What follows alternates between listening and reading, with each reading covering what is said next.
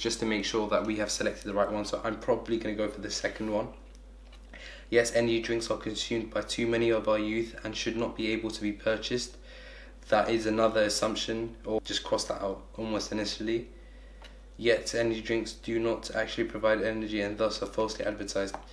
Who's talking about advertisement?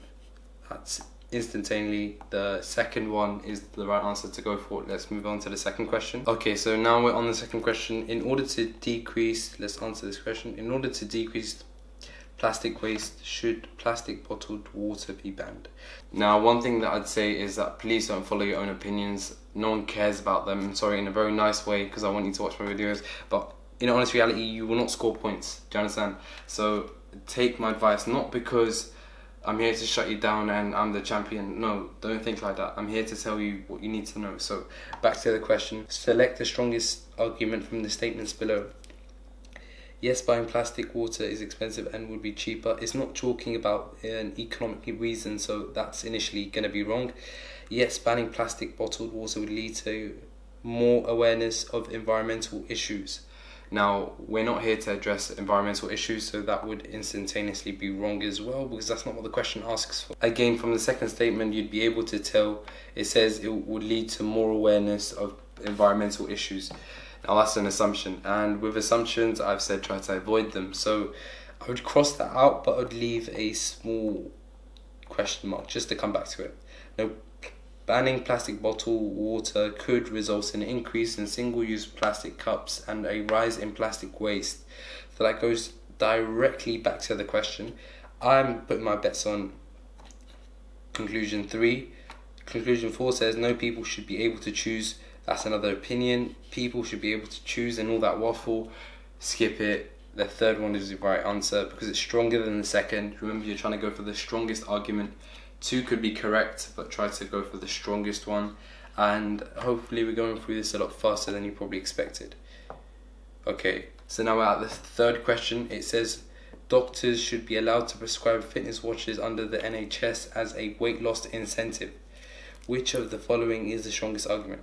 Yes, fitness watches have shown to be effective at increasing level of exercise. Okay, that seems like a good point. Yes, fitness watches are less expensive than a structured diet. It's not talking about an economic reason, so I would almost initially just cross that out. No, fitness watches can be lost easily. Another assumption, try to cross that out. No, even if fitness watches were prescribed, people may still not use them. That's another assumption. So hence I'd go for the first one, and that's probably the correct answer. So again, now let's go for the next question.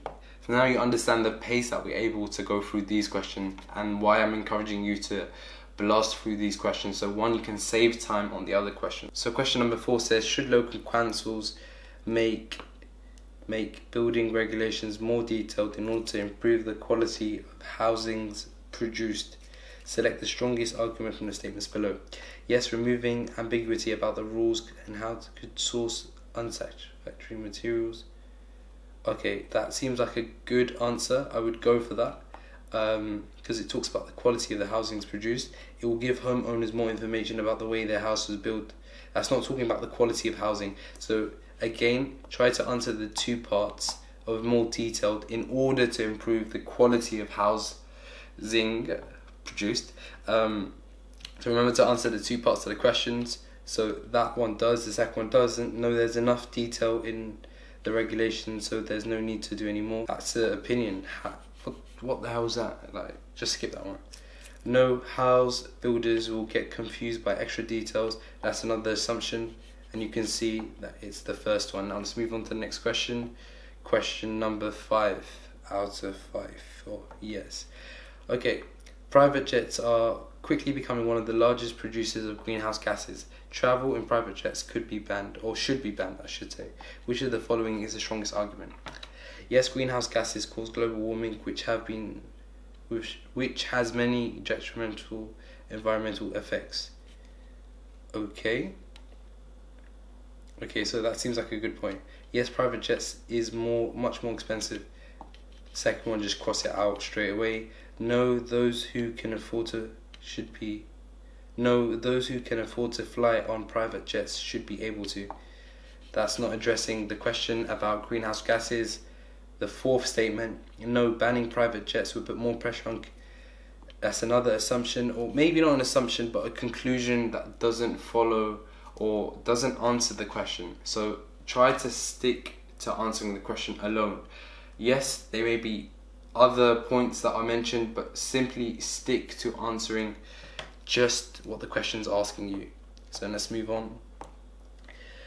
Okay, so last question, and I think by the end of this you've got the gist of what I'm talking about and how the tips I've given you in the other video really do play a part.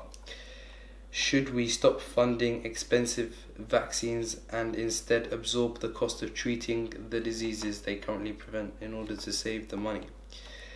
Select the strongest. Okay. No, it's essential to have a population which is vaccinated in order to adequate thresholds for monitoring.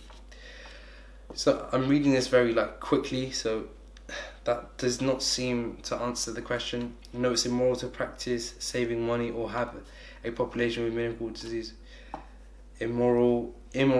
Morality in this sense, especially when it comes to medicine, is very blurred, and we're not speaking about objective morality, which I believe exists. Don't think I'm discounting it, but for the sake of this exam, there is no morality according to doctors. So yeah, so apart from the obvious, which is killing and all that sort of stuff. Now the third argument is that no experts agree that the cost of vaccinating diseases is still less than the cost of treating diseases themselves, thus it would not save any money.